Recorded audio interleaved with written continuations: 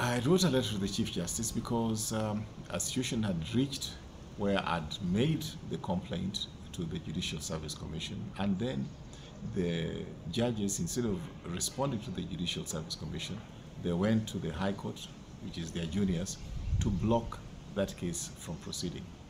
And I gave the example of the situation, what happened in the United States, when the Supreme Court made some immoral rulings, and it brought that country to war.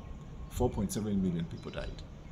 And there must be morality in our justice system. Take the case of Mandela. It was illegal.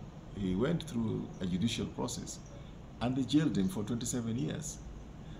Many people are on death row because of mistakes by the judiciary, or because they have been compromised. Even our own Jomo Kenyatta, the law at that time provided that he could be tried the way it was tried, and the moment the judge, decides that that is the sentence, that's the sentence. And people can be vindicated later. In the case of Kenyatta, 10 years in jail, or was it 8 years in jail, or something like that. And it was vindicated later, and he became president.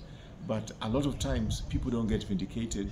They die in jail, they die in prison, they lose their properties, they get into depression, they commit suicide, they die very, very miserably, very, very miserably. So that's why I feel that we must address these problems. You can't allow a judiciary to go rogue.